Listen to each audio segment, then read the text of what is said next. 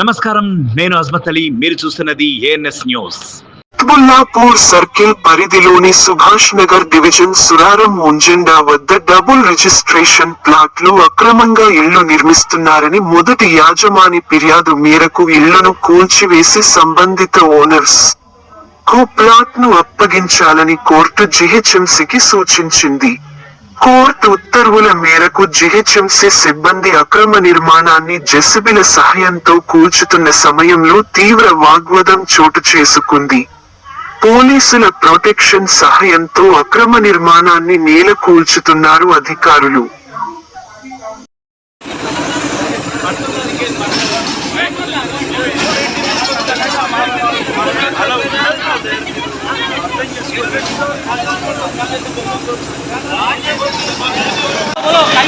वो गार्डन है सुबह हमारा किसी चल रही थी, किसी चले तो क्या हुआ, इससे नहीं हो सक रहा। फाइव डैट 46 नंबर था हमारा, 5 डैट 232 है।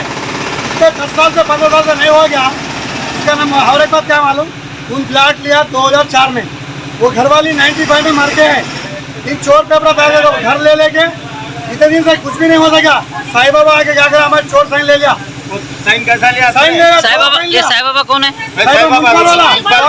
साईं बाबा अब रिटर्न साइन लेके क्या करा मालूम, మీ లాయర్ ఏదో మంచి చేస్తాడని చెప్పి సైన్లు పెట్టు, మీకు టైం ఉంటే బాగుంటుందని చెప్పి సైన్లు తీసుకుపోయి ఆపుతా అని చెప్పిండు. అక్కడ లక్షలు తిన్నాడు, ఆపుతా అని చెప్పి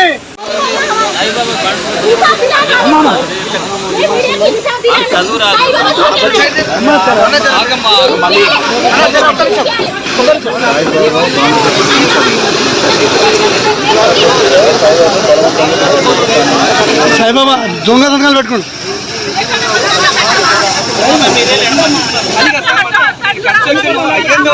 అధికారులు ఏం చేస్తున్నారు సార్? టౌన్ ప్లానింగ్ అధికారులు ఏం చేస్తున్నారు? పూర్తిగా కన్స్ట్రక్షన్ అయ్యేంత వరకు ఏం చేస్తున్నారు? సాయిబాబా అమ్ముడు పోయిండు, అందుకే అమ్ముకున్నాడు. సాయిబాబా అమ్ముడు పోయిండు.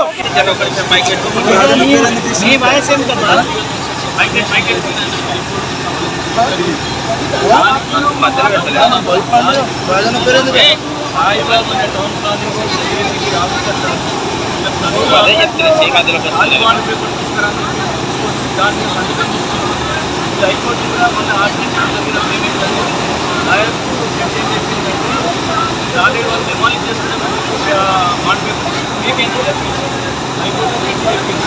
కాబట్టి దానికి ప్రైవేట్లో కూడా settlement already land nursing land కూడా అయినా పార్కులు కూడా ఎన్ని ఉన్నాయి.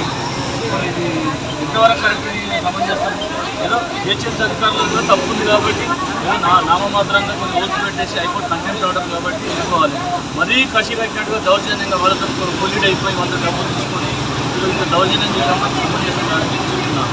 ఆల్రెడీ ప్రైవేట్ సెటిల్మెంట్లో కొంతమంది నాయకులు 40 లక్షలు డిమాండ్ చేసిన వాళ్ళు 25 లక్షల వరకు వాళ్ళు ఇస్తామని కూడా చెప్పారు. దానికి కూడా కాంప్రమైజ్ కాలే.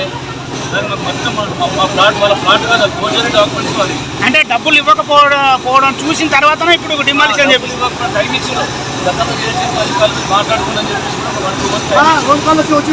మాట్లాడితే 25 లక్షలు డబ్బులు ఇస్తున్నారు. వాళ్ళు 40 లక్షలు మాకు కావాలని చెప్పి ఆల్రెడీ పోతే బ్లాక్ మెయిలింగ్ ఎంతవరకు కడుతున్నారు. చేసేసి అధికారి సాయిబాబా మీద కూడా యాక్షన్ తీసుకోవాల్సింది.